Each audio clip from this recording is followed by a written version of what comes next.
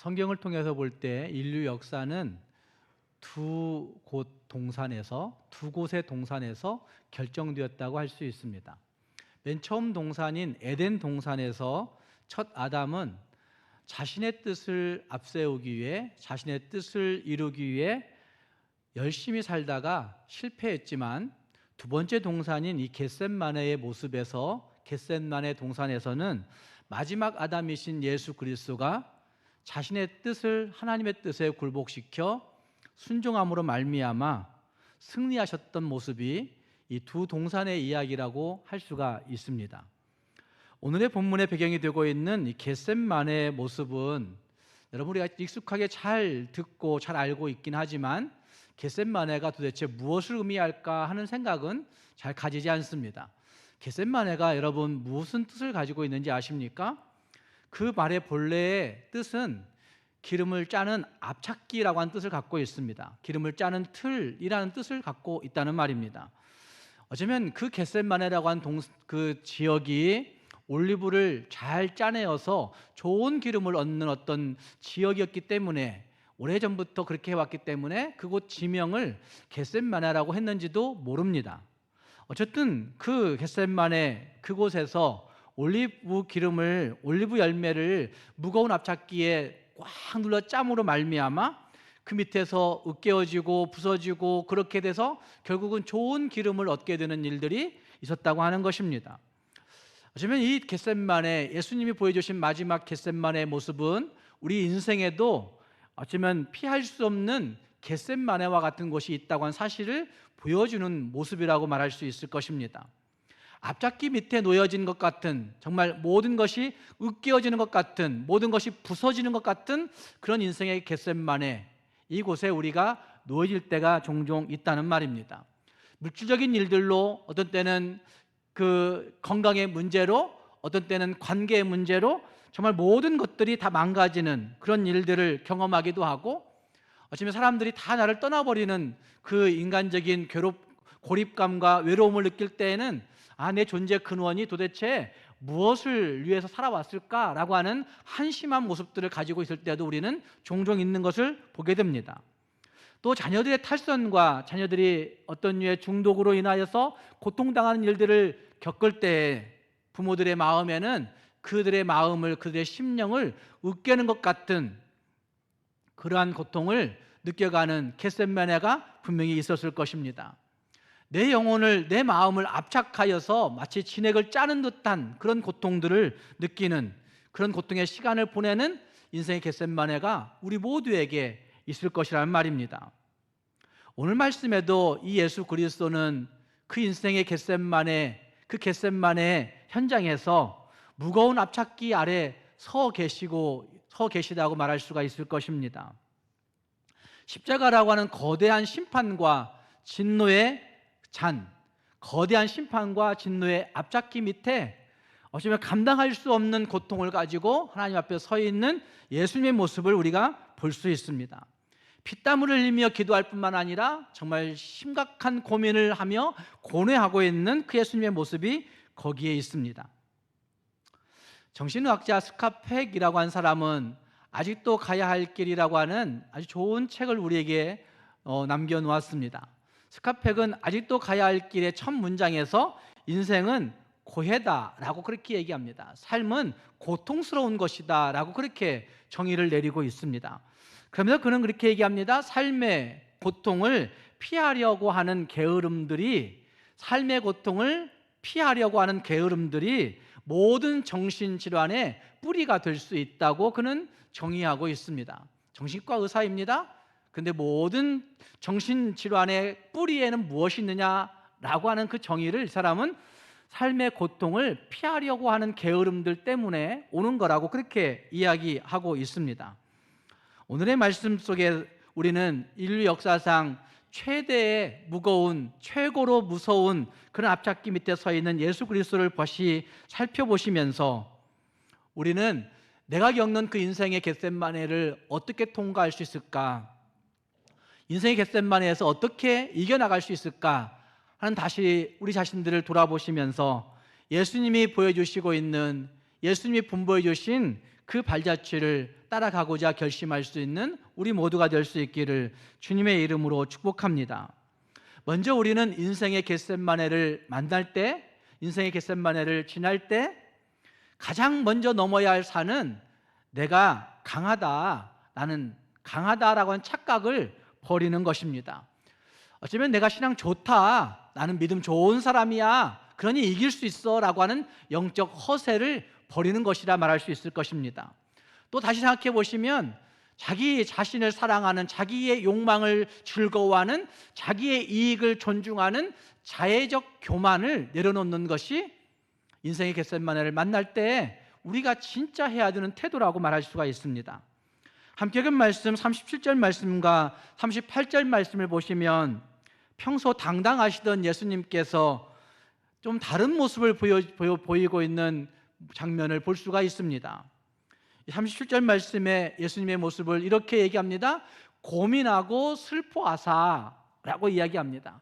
38절로 가면 내 마음이 매우 고민하여 죽게 되었다라고 말씀하시는 예수님을 볼 수가 있습니다. 반복해서 고민하고 슬퍼했다, 내가 고민하여 내 마음이 죽게 되었다라고 그렇게 말하고 있는 예수님의 모습, 제자들에게 이렇게 말할 수 있다, 참 쉬운 문제는 아닐 것입니다.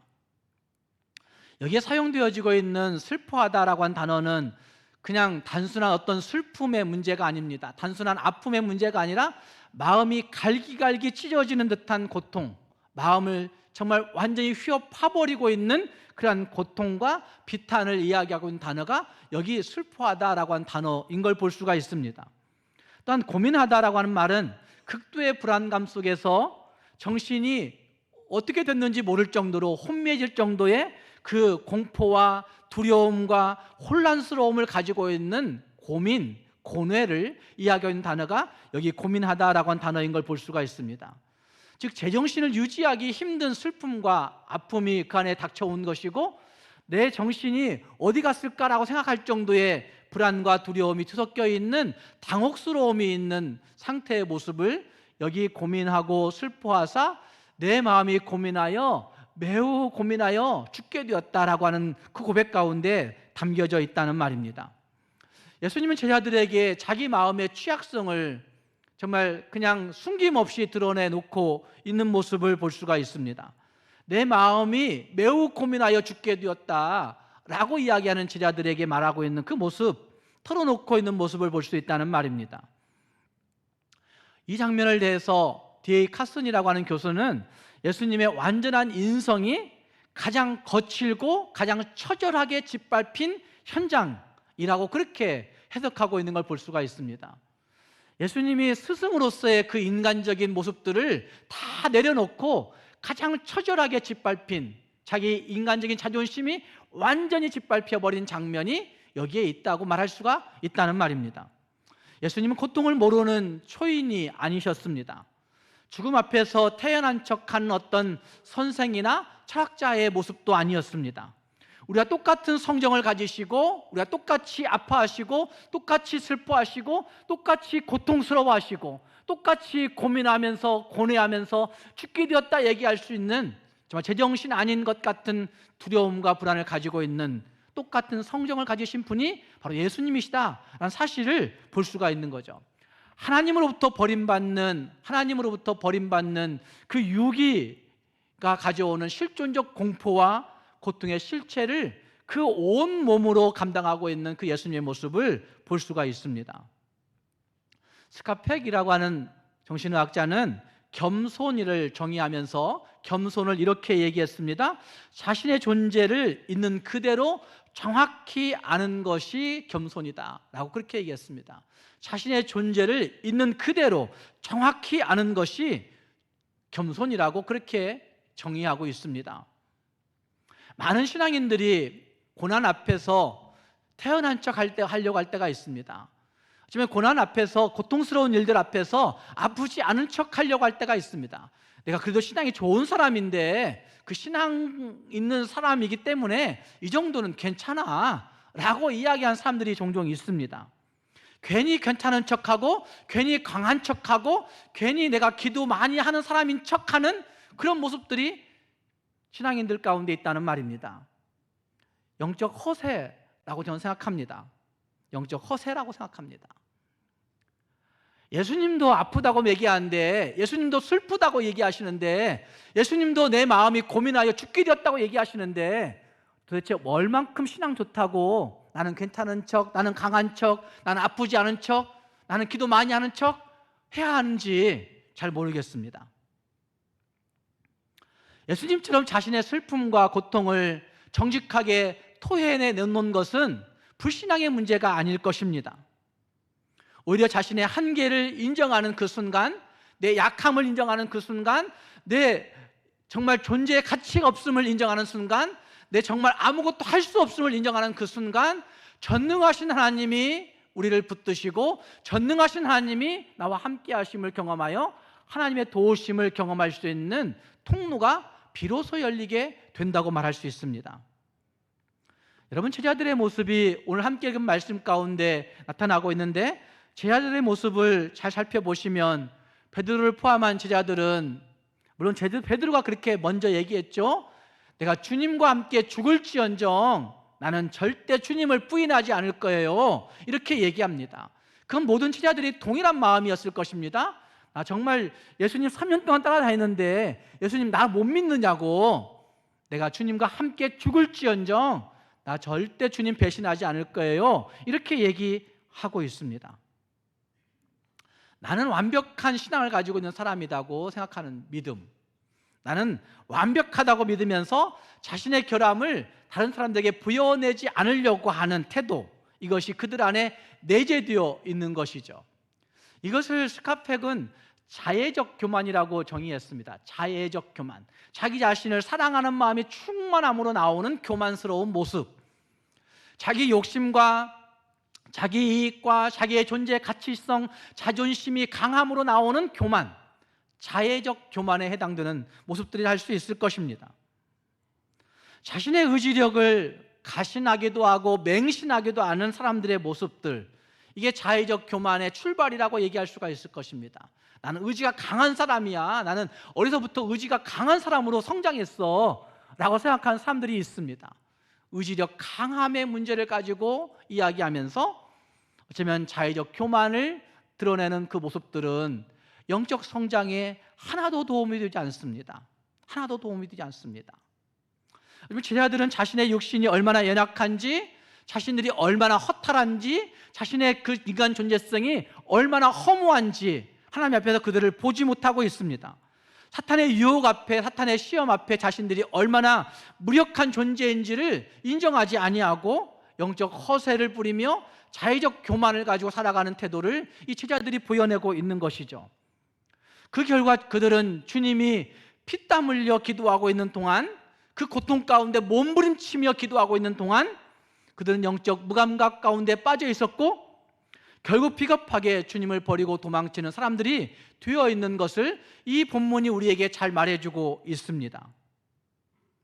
사랑하는 여러분, 인생의 겟세마네를 통과할 때, 인생의 겟세마네를 지나갈 때 우리에게 필요한 첫 번째 자세가 있다고 한다면, 겟세마네를 지나갈 때 첫 번째 열쇠라고 얘기할 수 있는 비밀이 있다고 한다면, 그것은 하나님, 나는 약합니다, 나는 할 수 없습니다, 나는 지혜 없습니다, 나는 부족합니다, 내 존재는 아무것도 아닙니다, 나는 주님의 도우심이 절실하게 필요한 사람이라고 하나님 앞에 두 손 들고 겸손하게 엎드리는 태도가 인생의 겟세마네를 지날 때 우리가 가져야 되는 중요한 태도라고 말할 수가 있습니다.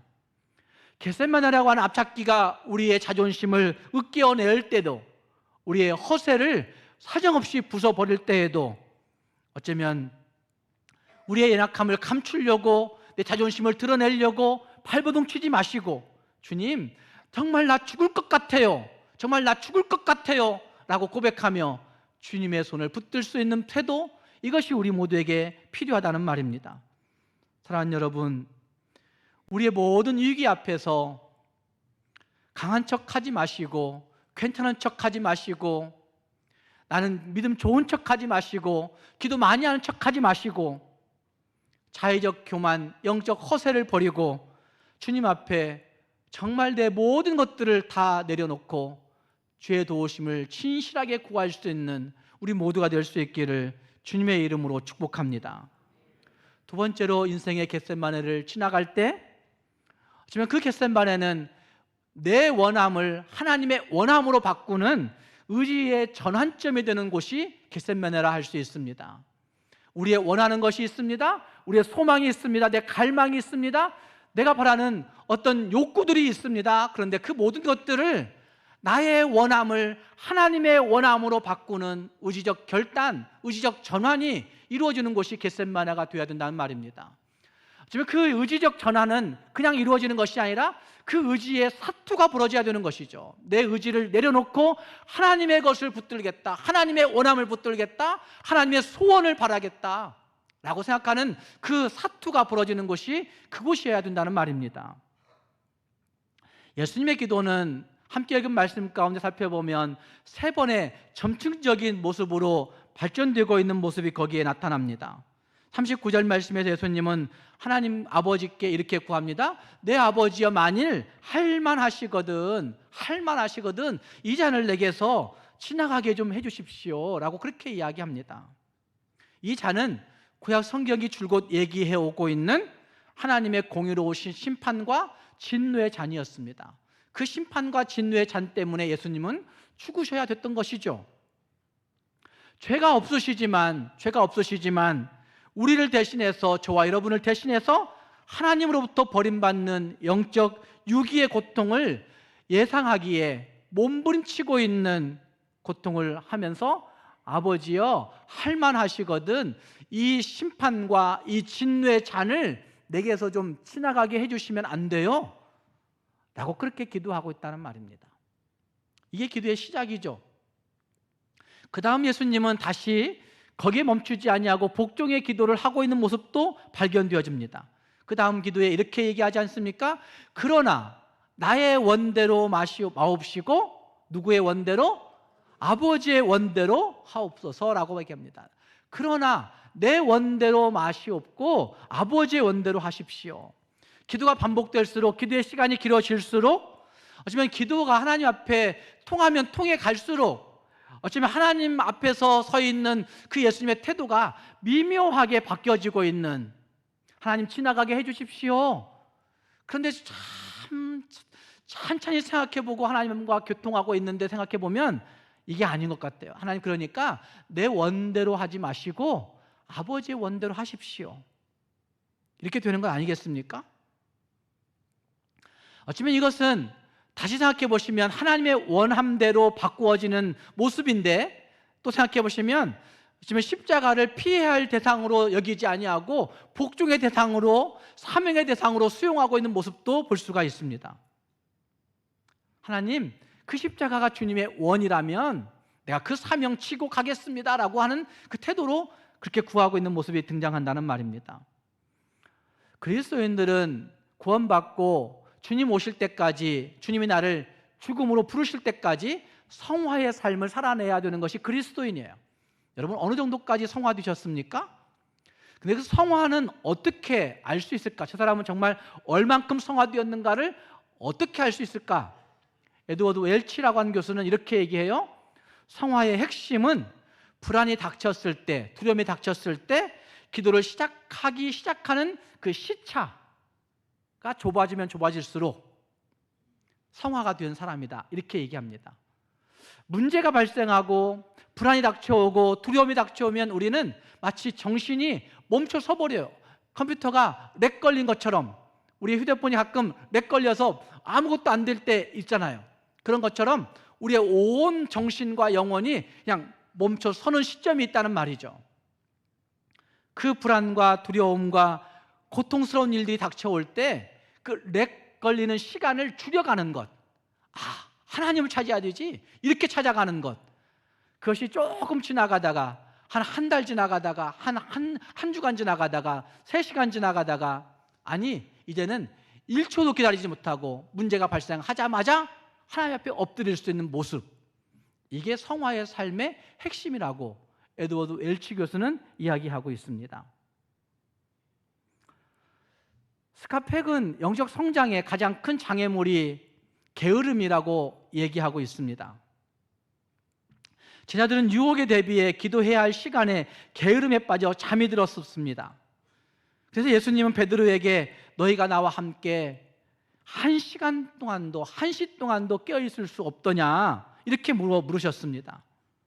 정말 인간 본성 안에 정말 게으르고자 하는 엔트로피가 남겨져 있습니다. 하기 싫은 엔트로피가 우리에게 있습니다. 주저하고 싶은 욕망이 우리에게 있습니다. 영적으로 게을러지고 영적으로 퇴보하고 싶고 영적으로 그냥 괜찮으니까 그냥 머물러 싶고 싶은 그런 욕망들이 우리 안에 항상 내재되어 있다는 말입니다.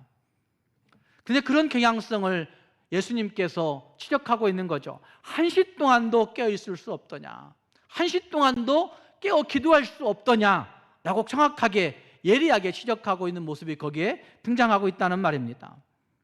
제자들의 졸음은 단순한 피로의 문제가 아니었습니다. 단순한 연약함의 문제가 아니었다는 말입니다.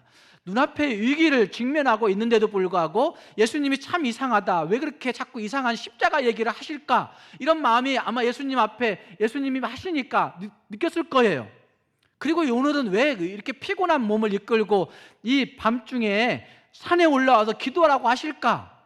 칠흑 같은 저녁에 아무것도 안 보이는데. 그래서 그들은 눈앞에 있는 위기를 직면하면서도 피하고 싶은 욕망이 있는 것이죠. 영적 둔감함이 그들 안에 있는 것이죠. 아니, 인정하기 싫은 모습이 그들에게 있다는 말입니다. 그때 예수님은 그들에게 너희가 나와 함께 1시 동안도 깨어있을 수 없더냐라고 그렇게 말씀하고 있습니다.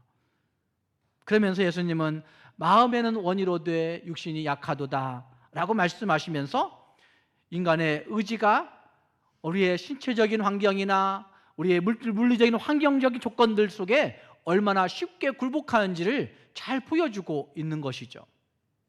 기도하고 싶은 마음이 들 때도 있습니다. 그런데 다시 집에 가보면 그냥 온갖 것들이 다 나를 유혹해서 기도하지 못하도록 막아내는 것을 어쩔 수 없다고 얘기하고 넘어갑니다. 어쩔 수 없다고.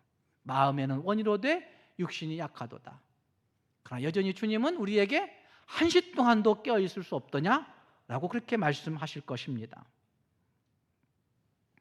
그리고 예수님은 다시 한번 세 번째 기도 42절 말씀에서 내 아버지여, 만일 내가 마시지 않고는 이 잔이 내게서 지나갈 수 없거든 아버지의 원대로 되기를 원하나이다 라고 간구하고 계십니다. 예수님의 기도는 상황을 바꾸려고 하는 시도가 아니라 자신의 마음을 하나님의 주권적인 뜻에 굴복시키고 복종시키는 철저한 훈련이, 처절한 훈련이 이루어지고 있는 모습을 보여내고 있는 겁니다.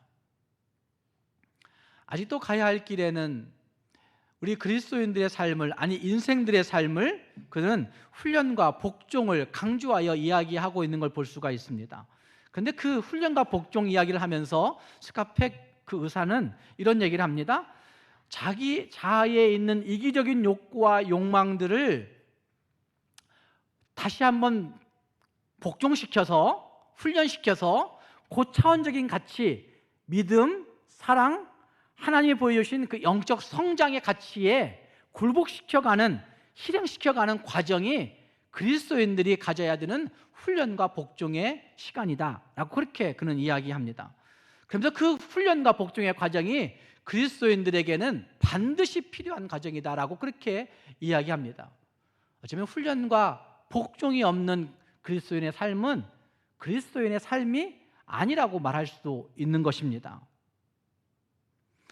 어쩌면 그 삶을 통하여서 우리는 인생의 겟세마네에서 예수님과 같이 그 기도를 가지고 하나님, 내 상황을 바꿔주십시오, 내 상황이 왜 이렇게 힘들고 어렵습니까? 불평하고 원망하는 것이 아니라 상황을 감당할 힘 주십시오 하나님, 상황을 이길 수 있는 능력 주십시오 하나님, 이 상황 속에서 하나님이 나를 다시 한번 세워주시면 내가 능력 있게 감당하겠습니다 라고 그렇게 고백하는 고백에 이르게 될 것입니다. 바로 예수님은 나의 원대로 마시고 아버지의 원대로 하십시오 라고 그렇게 복종하면서 상황을 감당할 수 있는 새 힘, 새롭게 주시는 능력, 이걸 공급받고 있는 모습이 거기에 나타나고 있습니다. 복종의 기도를, 복종의 노동을 하고 있는 예수님의 모습이라 할 수 있다는 말입니다. 이렇게 함으로 말미암아 예수님은 마음의 평강을 회복하고 다시 일어서서 이제는 그 제자들에게 말합니다. 일어나라, 함께 가자. 이제 그만 자라, 일어나라, 함께 가자 라고 그렇게 이야기하면서 걸어가고 있는 모습이 거기에 나타나고 있습니다. 사랑하는 여러분, 인생의 겟세마네가 우리에게 닥쳐올 때에 내 욕구, 내 욕망, 내 마음에 원하는 것, 내가 바라는 것, 내 소망이 많이 있겠지만 그 모든 것들을 하나님의 원함으로 바꾸어가는 기도 앞에 굴복할 수 있는 우리 모두가 될 수 있기를 바랍니다. 기도 앞에 굴복할 때 그때부터 다시 일어나 함께 가자 당당하게 외칠 수 있는 믿음의 사람들이 되어지는 것입니다. 세 번째, 인생의 위기 앞에 우리가 해야 되는 또 한 가지의 자세는 세상의 방식, 힘의 원리, 칼의 원리가 아닌 하나님의 방식인 말씀의 원리를 선택해야 됨을 보여주고 있습니다. 함께 읽은 말씀 가운데 예수님을 잡으러 온 사람들이 있었습니다. 근데 그 전에 가룟 유다가 칼과 몽치를 든 사람들과 함께 와서 머뭇머뭇거립니다. 그때 예수님께서 이야기합니다. 네 할 일을 하라 말씀하십니다. 그때 가룟 유다는 그 예수님을 입맞추고 있는 모습이 등장합니다. 그리고 그 일을 본 사람들이 가운데서 베드로가 그 함께 온 사람 중에 그 대제사장의 종의 귀를 칼로 쳐버립니다. 이것은 위기 상황에서 인간이 본능적으로 선택할 수 있는 그 모습을 잘 보여주고 있는 모습이라 할 수 있습니다. 힘을 선택하는, 칼을 선택하는, 예수님이 닥친 위기 앞에 베드로는 내 힘 가지고 막아볼 거야, 내 칼 가지고 막아볼 거야, 이러고 있는 모습이 등장한다는 말입니다. 그때 예수님이 단호하게 말씀하십니다. 너의 칼을 도로 그 집에 꽂으라. 칼을 가지는 자는 뭘로 망한다? 칼로 망하게 된다고 말씀하십니다. 칼로 망하는 자는, 칼을 가지는 자는, 힘을 가지는 자는 칼로 망하게 된다. 힘을 가지는 자는 힘으로 망하게 된다라고 말씀하고 있는 것이죠. 예수님이 힘이 없어서 잡히신 것이 아닙니다. 당장이라도 마음만 먹으면 12군단되는 하나님의 영, 천사들을 동원해서 얼마든지 로마 제국과 대제사장들의 그 하수인들을, 그 무리들을 순식간에 다 심판하실 수 있는 권능이 계신 분이 예수님이십니다. 그러나 주님은 그 신적 권능을, 그 하나님의 권능을 자기를 보호하는데, 자기의 이익을 채우는데, 자기의 욕심을 이루는데 사용하지 않으십니다. 왜 그랬을까? 왜 그렇다고 생각하십니까? 예수님이 왜 자기의 그 신적 권능을 사용하지 않으셨을까요? 54절 말씀에 이렇게 말씀하십니다. 그렇게 하면 이런 일이 있으리라 한 성경이 어떻게 이루어지겠느냐? 만약 네가 힘의 원리로, 칼의 논리로 세상을 단죄하고 이기면 하나님의 말씀이 말씀하신 그 말씀이 어떻게 이루어지겠느냐고 그렇게 책망하고 있는 모습이 거기에 등장하고 있습니다. 예수님은 세상의 방식을 거부하고 고난받는 종의 그 길을 선택하셨습니다. 하나님의 구원 계획이라고 하는 말씀의 성취를 선택하심으로 말미암아 그 일을 위해서 자기의 욕구를, 자기의 그 권능을, 자기의 하고 싶은 그 욕망을 스스로 제한시켜 버리셨습니다. 억울하고 위태로운 순간이 그 안에 닥쳐왔지만 그 억울하고 위태로운 그 분노가 치밀어 오는 그 순간을, 칼을 휘두르고 싶은 그 유혹을 예수님은 하나님의 말씀 앞에, 말씀의 성취 앞에 내려놓고 하나님 앞에 굴복하고 있는 모습이 거기에 나타나고 있다는 말입니다. 참된 그리스도인은 내 힘을 증명하기 위해 살아가는 자들이 아니라 하나님의 말씀이 내 삶에 어떻게 성취되는가 하는 것들을 보며 말씀의 성취를 위해 순종하는 자들이 참된 그리스도인들입니다. 내가 가진 힘, 내가 가진 혈기, 내가 가진 성품, 내가 가진 칼 가지고 세상의 논리대로 살아가는 것은 그리스도인이 절대로 아닙니다. 그리스도인이 될 수가 없습니다. 어쩌면 내 힘을 증명하기 위해 살아간 자들이 아니라, 내 자존심을 증명하기 위해 살아간 자들이 아니라 하나님 앞에 굴복하여 하나님 말씀이 내 삶에서 어떻게 이루어지는지를 보는 자들이 진짜 그리스도인이라 할 수 있다는 말입니다. 사랑하는 성도 여러분, 인생의 겟세마네를 지나가게 될 때 힘의 논리, 칼의 논리로 세상을 이기려고 하지 마시고 하나님의 말씀이 내 삶에 어떻게 이루어져 가는지, 하나님의 말씀이 내 삶에 이루어지는 것들을 보며 즐거워하며 그 뜻 앞에 굴복할 수 있는, 순종할 수 있는 우리 모두가 될 수 있기를 주님의 이름으로 축복합니다.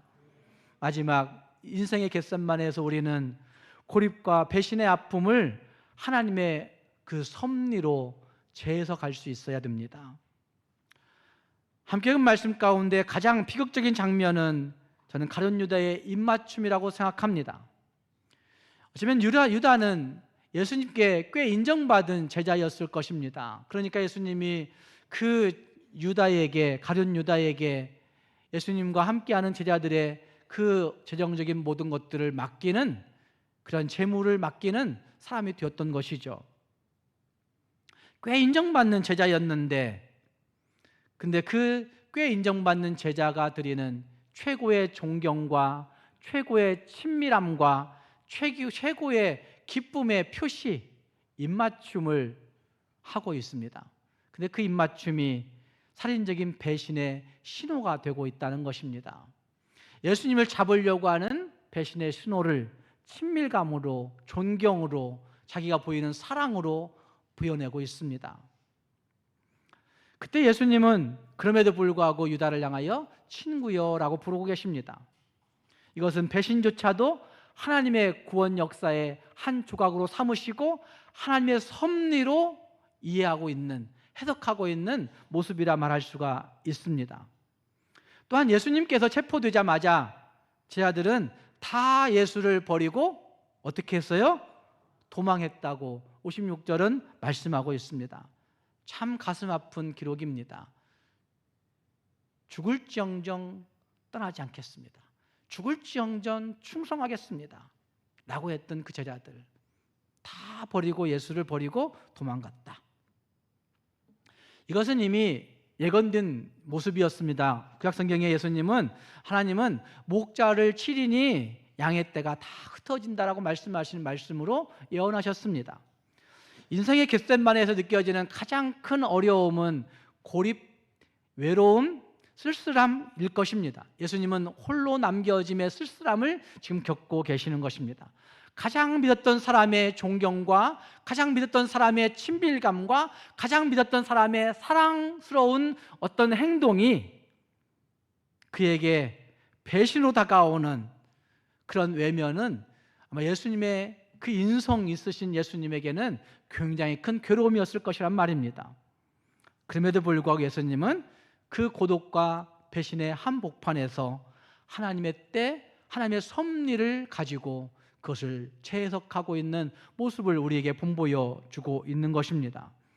사랑하는 여러분, 우리가 겪는 인생의 겟세마네가 하나님의 뜻을 이루고자 하시는 하나님의 섭리가 담겨 있다고 한다면 우리는 그것이 가장 하나님을 기뻐할 수 있는 가장 귀한 장소라고 확신해야 될 것입니다.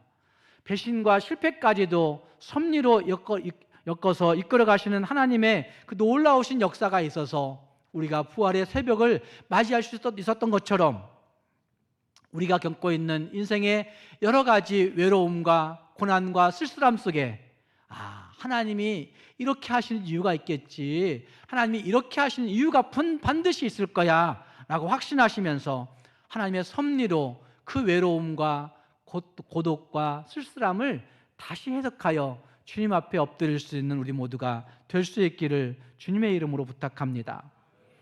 사랑하는 여러분, 여러분은 지금 어떤 앞잡기 앞에 서 계십니까? 어떤 앞잡기 아래 서 계십니까? 어떤 인생의 겟세마네를 지금 만나고 또 지나가고 계십니까? 여러분의 목표가 하나님에게 있기를 바랍니다. 여러분의 목표가 예수님에게 있기를 바랍니다. 그래서 예수님 그분 앞에 굴복하여서 내 모든 것들을 하나님의 뜻에 굴복시켜 나가고, 어쩌면 하나님 앞에 하나 되어 세상의 원리, 세상의 논리, 칼의 논리를 버리고 말씀의 원리를 붙들고 하나님의 섭리를 믿고 신뢰할 수 있는 우리 모두가 되어서 인생의 겟셋마네에서도 일어나 함께 걸어갈 수 있는 당당한 그리스도인들이 될 수 있기를 주님의 이름으로 축복합니다. 기도하겠습니다.